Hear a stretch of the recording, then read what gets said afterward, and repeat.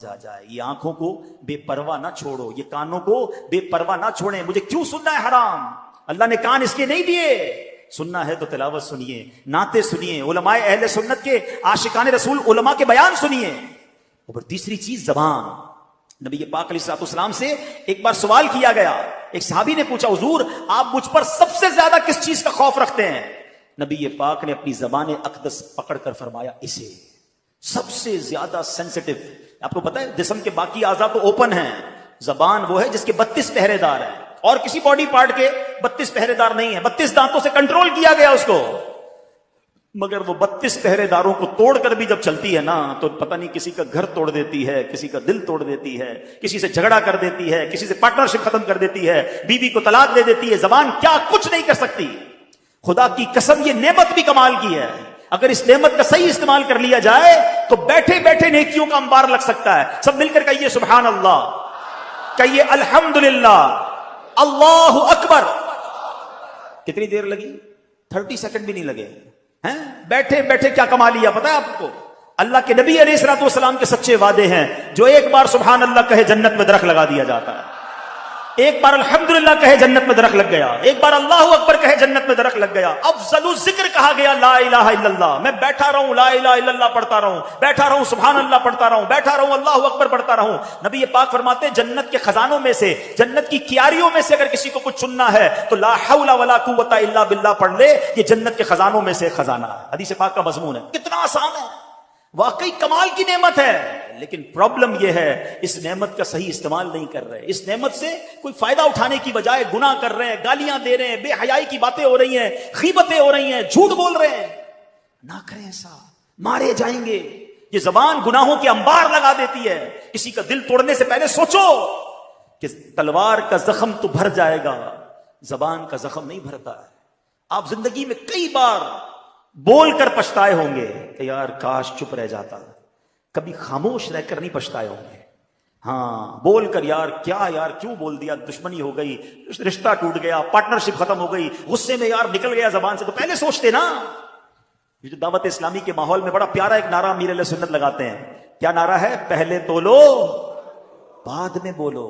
یا تو احساس ہی نہیں, ہم تو بولنے کے بعد تول رہے ہوتے ہیں. صحیح بولا غلط بولا, پہلے تولنا تھا نا. تو کاش یہ احتیاط نصیب ہو جائے. تو ان 3 چیزوں کو بچائیے گناہوں سے, آپ بہت سارے گناہوں سے بچ جائیں گے. ویسے اور بھی چیزیں ہیں, لیکن اگر آپ نے ان 3 چیزوں پر کنٹرول کرنے کا ذہن بنا دیا کہ آنکھ سے حرام نہیں دیکھوں گا, کان سے حرام نہیں سنوں گا, زبان سے حرام نہیں بولوں گا, ان تینوں کو اچھے کاموں میں استعمال کروں گا. قرآن کہہ رہا ہے اے ایمان والو اللہ سے ڈرو جیسا ڈرنے کا حق ہے. لیکن اب اگلا حصہ, اللہ اکبر ولا تموتن الا وانتم مسلمون. تمہیں اس حالت میں موت نہ آئے کہ تم مسلمان نہ ہو. مرنا ہے تو ایمان کے ساتھ مرنا ہے. یہ بڑا نازک مرحلہ ہے. لوگ کہیں گے جناب اس میں کیا بڑی بات ہے, میں ہوں ہی مسلمان, مروں گا تو مسلمان ہی مروں گا نا. اتنا آسان نہیں ہے. ہاں آؤ پہلے پیران پیر کا ذکر کرتے ہیں. غوث پاک تو ولیوں کے سردار ہیں نا, ان کے صدقے انشاءاللہ ہمارے ایمانوں کی حفاظت ہوگی. مگر سنو پیران پیر کا عالم کیا ہے, خوف خدا کا عالم کیا ہے. شیخ عبد القادر جیلانی کو ایک بار حرم کعبہ میں دیکھا گیا, کنکریوں پر سر رکھے ہیں اور رب العزت کی بارگاہ میں دعا کر رہے ہیں, اے رب کریم مجھے بخش دے, اگر میں سزا کا حقدار ہوں تو بروز قیامت مجھے اندھا اٹھانا کہ نیکوکار لوگوں کے سامنے شرمندہ نہ ہوں. خوف خدا اس کو کہتے ہیں. یا ایھا الذین آمنوا اتقوا اللہ حق تقاتہ, اللہ سے ڈرو جیسا ڈرنے کا حق ہے. ارے میں گناہ گاروں کا سردار, مجھے شرم نہیں آتی اپنے اعمال پر. وہ ولیوں کے سردار ہیں اور اللہ سے کہہ رہے ہیں یا اللہ اگر میرے گناہ زیادہ ہیں تو اندھا اٹھائیے, میں شرمندہ نہ ہو جاؤں. آئے ہائے, یہ ہوتے ہیں اللہ والے. آگے سنو غوث پاک, اگلی آیت ہے نا وَلَا تَمُوتُنَّ إِلَّا وَأَنْتُمْ مُسْلِمُونَ. اس آیت کا اگلا جز سنو. میرے پیران پیر کو کیسا خوف تھا. ایک بار عید کا دن ہے, غوث پاک کہہ رہے ہیں, لوگ کہہ رہے ہیں آج عید کا دن ہے, عید کا دن ہے. عبد القادر کے لیے عید کا دن وہ ہوگا جب اپنا ایمان سلامت لے کر دنیا سے جائے گا. ان کو اتنی فکر ہے ایمان پر موت کی کہ قبر میں ایمان سلامت لے کر جانا. کیا مجھے اور آپ کو یہ فکر ہے؟ آپ کو پتا ہے ساری زندگی روزے رکھے, ساری زندگی نمازیں پڑھی, صدقہ خیرات حج, ساری زندگی نمازیں پڑھی, اور اگر مرنے سے پہلے ایمان چلا گیا نا تو یہ سب کچھ زیرو ہو جائے گا. حدیث پاک میں آتا ہے ہر بندہ اس حالت پر اٹھایا جائے گا جس پر مرے گا. اب یہاں 2 باتیں ہیں, ایمان پر مرے گا تو ایمان پر اٹھایا جائے گا,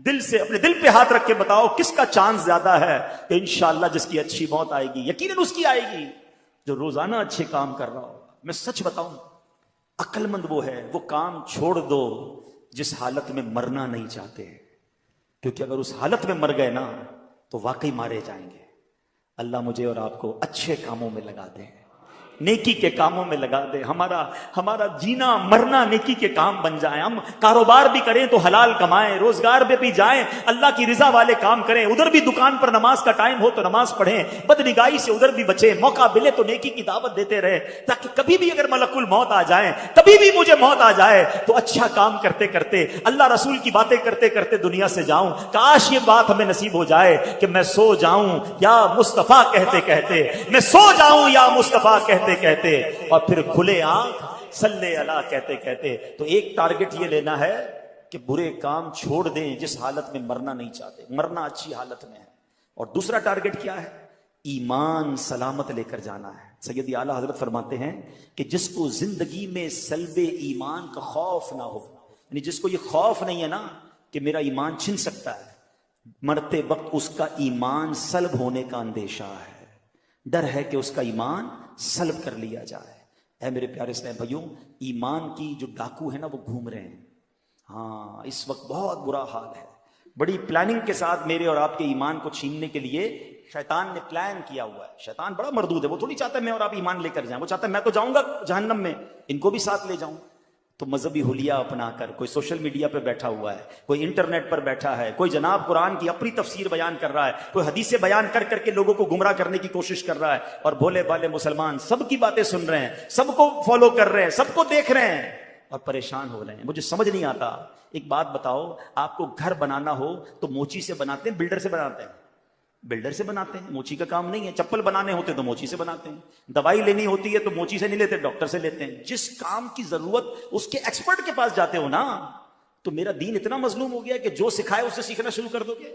دین بھی سیکھنا ہے تو عاشقان رسول علماء سے سیکھنا ہے، اور دیکھنا ہے کہ ان کے دل میں صحابہ کی محبت ہے کہ نہیں، اولیاء کی محبت ہے کہ نہیں، اہل بیت کی محبت ہے کہ نہیں، رسول پاک کی محبت ہے کہ نہیں، اللہ سے محبت کرتا ہے کہ نہیں. ارے جو ان ہستیوں سے محبت نہیں کرتا اس کا میں نے کیا کرنا ہے؟ یہ سب چیزیں آپ نے سیکھنی ہوں گی. اے میرے پیارے اسلامی بھائیوں، یہ بڑا پرفتن دور ہے. دین کے نام پر ہمارے ایمان پر ڈکیتی ڈالی جا رہی ہے. اعلیٰ حضرت نے 100 سال پہلے سمجھا دیا تھا، سونا جنگل، رات اندھیری، چھائی بدلی کالی ہے، سونے والو جاگتے رہیو، چوروں کی رکھوالی ہے. ارے چور ہی رکھوال بن گئے ہیں. آنکھ سے کاجل صاف چرا لے، یا وہ چور بنا کے ہیں، تیری گچھڑی تاکی ہے اور تو نے نیند نکالی ہے. ہمیں اپنے آپ کی اپنے ایمان کو بچا کر اپنی ایمان کو سلامت لے کر قبر میں جانا ہے. تو ایک تو یہ بات کہ ہمیں علماء کرام سے مربوط رہنا ہے، عاشقان رسول علماء کرام سے. اور آج دعوت اسلامی کا ماحول آپ کے سامنے ہے. سبحان اللہ، صحابہ کی محبت بھی دیتا ہے، اولیاء کرام کی محبت بھی پلاتا ہے، اہل بیت سے بھی پیار کا درس ملتا ہے، عشق رسول کے جام بھی بھر بھر کے پلائے جاتے ہیں. کوالیفائڈ سرٹیفائڈ مفتیان کرام علماء کرام موجود ہیں، ماشاءاللہ مستند کتابیں لکھی جا رہی ہیں. تو جب اتنا کچھ دعوت اسلامی کے پاس موجود ہے تو کیوں نہ ہم اس سے وابستہ ہو کر اپنے ایمان کی حفاظت کریں. ایک اور اہم بات، آخری بات، باتیں تو بہت ساری ہیں مگر ٹائم کافی ہو گیا ہے. ایمان کی حفاظت کے لیے ذرا سنیے گا. آقا علیہ الصلوۃ والسلام فرماتے ہیں آدمی اپنے دوست کے دین پر ہوتا ہے، اسے یہ دیکھنا چاہیے کہ کس سے دوستی کر رہا ہے. اب غور کیجئے، ہم جوتا نہیں سلواتے جب تک پتہ نہ چلے موچی کیسا ہے، کپڑے نہیں سلواتے اس درزی سے جب تک پتہ نہ چلے یار درزی ٹھیک ہے، کپڑے صحیح سیتا ہے کہ نہیں. ڈاکٹر کے پاس جانے سے پہلے 4 بندوں سے پوچھتے ہیں یار ڈاکٹر ٹھیک ہے کہ نہیں. اور جو تھوڑی دیر بیٹھا اس کا دوست بنا لیا، بلکہ اب تو ڈیجیٹل دوست، friend request I accept, friend request I accept. حالانکہ بندہ دوست کے دین پر ہوتا ہے. اب لوگوں سے پوچھو نا یار تم نے اس کو دوست بنایا جو صحابہ کو برا بھلا کہتا ہے. ہاں بھائی اس کا عقیدہ ہے، میں تو بس صرف دوست ہوں، چائے پیتے ہیں رات کو بیٹھتے ہیں. کوئی ہے بھائی وہ اہل بیت کو برا بھلا کہہ رہا ہے، ٹھیک ہے اس کا عقیدہ ہوگا دوستی، میں تو بس ایسی ہم کھاتے پیتے ساتھ ہیں. غور کیجئے یہ کدھر جا رہے ہو آپ؟ بد عقیدہ سے دوستی کرو گے. چلو میں آپ سے ایک سوال کرتا ہوں، کوئی آپ کی ماں کو برا بھلا کہے، آپ کے والد کو برا بھلا کہے، رات کو بیٹھو گے چائے پینے اس کے ساتھ؟ جاؤ گے اس کے گھر پہ؟ بلاؤ گے اس کو گھر پر؟ نہیں. میری ماں کو برا بھلا کہے میں اس کا گریبان پکڑ لوں، اور مومنین کی ماں کو برا بھلا کہے میں اس سے دوستی کروں؟ میرے والد کو برا بھلا کہے مجھے بالکل نہیں پسند ہے، صحابہ کو برا بھلا کہے مجھے کوئی ٹینشن نہیں ہے، ہمارے خاندان والوں کو برا کہے تو مجھے کوئی میں جان لے لوں اس کی. اولیاء کرام کے بارے میں بکواس کریں جو اللہ کے دوست ہیں، مجھے کوئی پرابلم نہیں ہے، کس سے دوستیاں لگا رہے ہو؟ وہ کیسے میرا دوست ہو سکتا ہے؟ دوست کے دین پر ہوتا ہے۔ اللہ کرے کہ دوست بنانے سے پہلے ہم چیک کریں کہ اس کا دین ایمان کیا ہے، اس کا عقیدہ کیا ہے، اور یہ سب سے زیادہ ضروری ہے۔ اگر وہ اللہ رسول کا نہیں، صحابہ اہل بیت کا نہیں، چاہے میرا رشتہ دار کیوں نہ ہو، میرا اس سے کوئی تعلق نہیں ہے۔ الحب فی اللہ بل بغض فی اللہ، محبت بھی اللہ کے لیے ہے، اگر دشمنی ہے تو اللہ کے لیے ہے، ذاتی کوئی دشمنی نہیں، ذاتی کوئی محبت نہیں۔ آخری بات سن لو، امام حسن مجتبی نے ایک بار مولا علی سے سوال کیا، نواسہ رسول ہے نا، کہتے ہیں اے بابا جان کیا آپ مجھ سے پیار کرتے ہیں؟ کہاں بیٹا تم سے پیار کرتا ہوں۔ بابا جان آپ حسین سے بھی پیار کرتے ہیں رضی اللہ تعالیٰ؟ کہاں میں حسین سے بھی پیار کرتا ہوں۔ آپ نبی پاک سے بھی پیار کرتے ہیں؟ کہاں آپ کے نانا جان سے بھی پیار کرتا ہوں۔ آپ اللہ سے بھی پیار کرتے ہیں؟ کہا میں اللہ سے بھی بہت محبت کرتا ہوں۔ تو چھوٹی عمر میں تھے، کہتے ہیں بابا جان ایسا کیسے ہو سکتا ہے، ایک دل میں اتنی ساری محبتیں جمع کر لی آپ نے؟ امام مولا علی تو پھر مولا علی ہے نا، کیسا جواب؟ آقا فرماتے ہیں میں علم کا شہر ہوں، علی اس کا دروازہ ہے۔ کہتے ہیں بیٹا دیکھتے نہیں جب نماز کا وقت ہوتا ہے سب کو چھوڑ کر اللہ کی بارگاہ میں حاضر ہو جاتا ہوں، محبت تو ایک سے ہی کرتا ہوں، اس کی وجہ سے باقی سب سے محبت کرتا ہوں۔ ہمیں جو صحابہ سے پیار ہے نا وہ اللہ کی وجہ سے ہے، اولیاء سے پیار اللہ کی وجہ سے، اللہ کے پیارے ہیں نا۔ نبی پاک سے پیار کیوں ہے؟ وہ اللہ کے محبوب ہے۔ تو سبحان اللہ، اصل محبت اللہ سے ہے، اور اللہ کی رضا کے لیے باقی سب سے محبت ہے۔ سخی عبد الوہاب شاہ ہمارے رشتہ دار نہیں ہیں، میں کراچی سے چل کر آیا، پتہ نہیں پاکستان کے کس کس حصے سے لوگ یہاں آئے ہیں، ہماری کوئی ان سے رشتہ داری نہیں ہے، مگر اس لیے پیار ہے کہ یہ اللہ والے ہیں، اللہ ان سے پیار کرتا ہے، یہ اللہ کے دوست ہیں، ہماری محبتیں بھی اللہ کے لیے ہیں، اور ہماری اگر کسی سے دشمنی ہے، دوری ہے، تو وہ بھی اللہ کے لیے ہے۔ جو اللہ کا دشمن ہے میرا دوست کیسے بن سکتا ہے؟ جو نبیوں کا دشمن ہے وہ میرا رشتہ دار کیسے بن سکتا ہے؟ جو ولیوں اور صحابہ کو برا بھلا کہتا ہے وہ ہماری محفل میں نہیں آ سکتا۔ جس دن اپنے ایمان اور عقیدے کو مضبوط کر لو گے پھر کوئی ایمان چھین نہیں سکے گا۔ ہم کہتے ہیں سب سے دوستی، سب کے پاس جانا ہے، سب کے ساتھ کھانا پینا ہے، ایسا نہیں ہوتا۔ اپنے کاروبار، اپنی فیملی کے لیے تم مضبوط ہو جاؤ اور اپنے ایمان کے لیے ڈھیلے پڑ جاؤ گے تو پھر ایمان کے ڈاکو گھوم رہے ہیں۔ اعلیٰ حضرت کا فرمان یاد رکھنا کہ ہمیں صرف نبی پاک علیہ الصلوۃ والسلام کو راضی کرنا ہے، اللہ کو راضی کرنا ہے، انشاءاللہ باقی سارے کام